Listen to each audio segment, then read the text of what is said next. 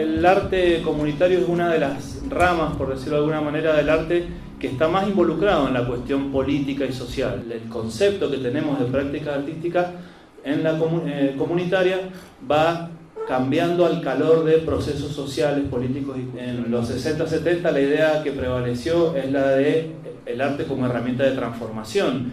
Y transformación en ese momento pensada en paralelo con la idea de revolución, ¿no? Una transformación total.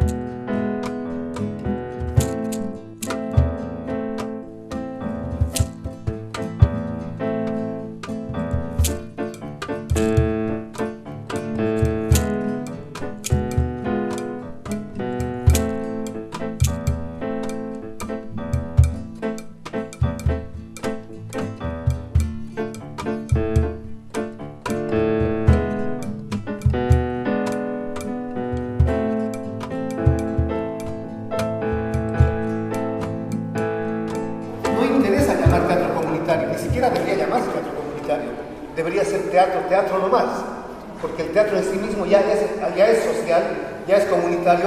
Lo que pasa es que le tenemos que poner apellido, porque hay un teatro también, por supuesto, altamente elitista, y eso lo sabemos hace mucho tiempo.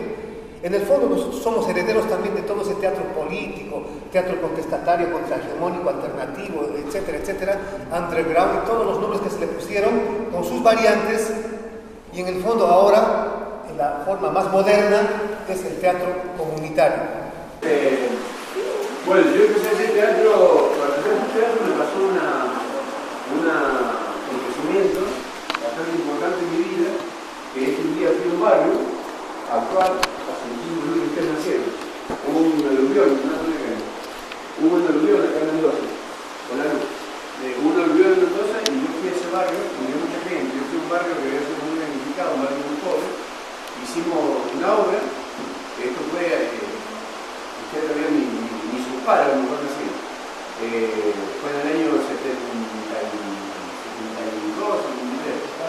73, y la gente estaba muy organizada en el barrio, y yo hice una obra con ellos sobre el tema del aluvión, cómo habían perdido sus casas. La obra se llamó El Aluvión, y fue uno de los primeros proyectos nacionales del teatro comunitario.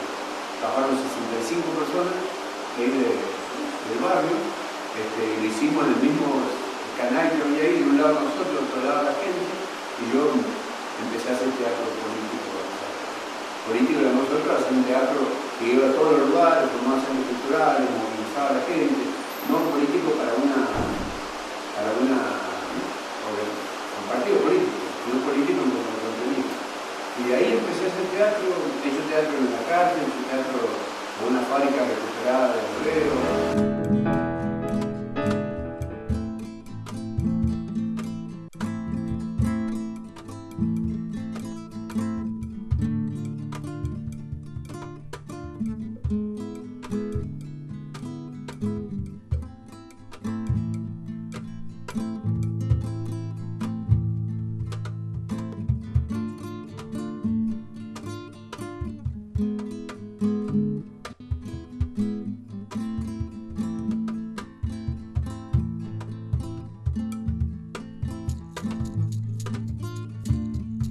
He vivido las distintas épocas históricas, siempre relacionadas con el arte, incluso desde los años 70.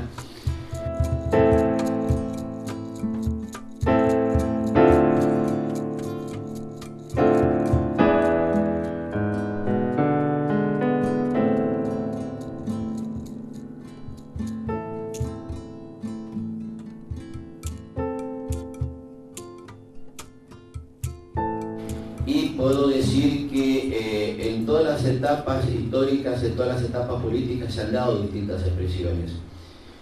Simplemente podría decir, por ejemplo, que durante la época del menemismo, mientras más se agudizaba la crisis, más crecían las murgas en los barrios, por ejemplo, ¿no? Y eso es un dato concreto.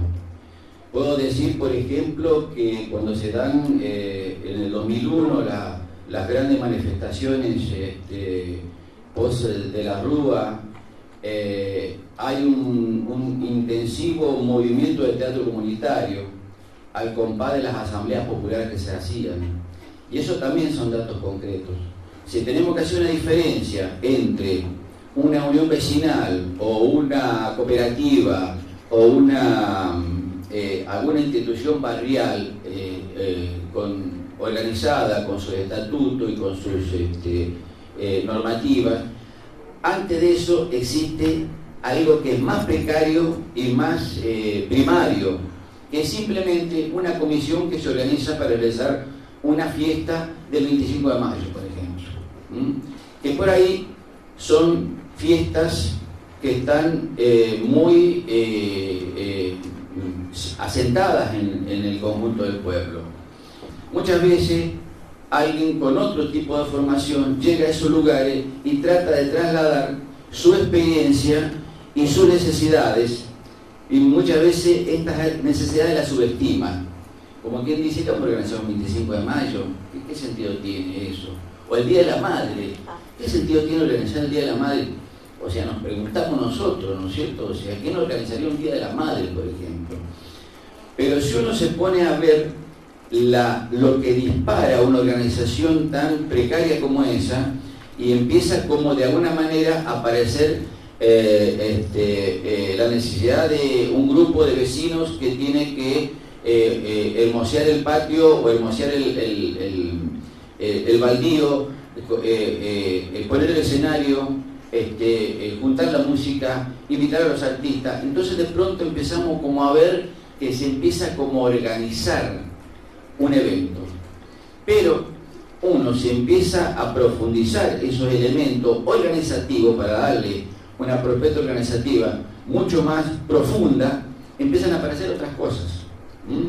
Empiezan a aparecer otras cosas, porque yo puedo decir ahora que de eso, que no había nada, ahora que hay toda la necesidad de organizar una biblioteca en el lugar, de organizar un club de fútbol en el lugar, todo a partir de una murga que empieza a tomar una práctica y empieza como a desarrollar paralelamente al lado del hecho artístico, por así llamarlo, ¿no? Paralelamente al lado un disparador de organización. Esto tiene elementos de gestión popular muy importantes que aparecen como estrategia de supervivencia del mismo barrio. Estrategia de supervivencia y estrategia de resistencia. ¿Por qué digo esto? ¿No es cierto? Porque si hablamos de inclusión, esto también es parte de la inclusión social. En la actualidad, y también muy vinculado con la cuestión de cómo se ha ido profundizando la polarización social, la estigmatización social sobre ciertos barrios y sobre todo sobre jóvenes de ciertos barrios, el arte podría ser pensado en estos casos como integrantes de un proceso de reidentificación. Con esto quiero decir, intentar sacarse de encima una identidad estigmatizante, como puede ser la de ser en la actualidad un vecino de ciertos barrios, y tratar de elaborar una mirada propia de lo que somos, de lo que son las personas que se implican en eso, que busca cuestionar esa identidad estigmatizante que está promovida por voceros enormes de esa identidad. Es muy complicada, es una lucha sumamente desigual. Sentimos la necesidad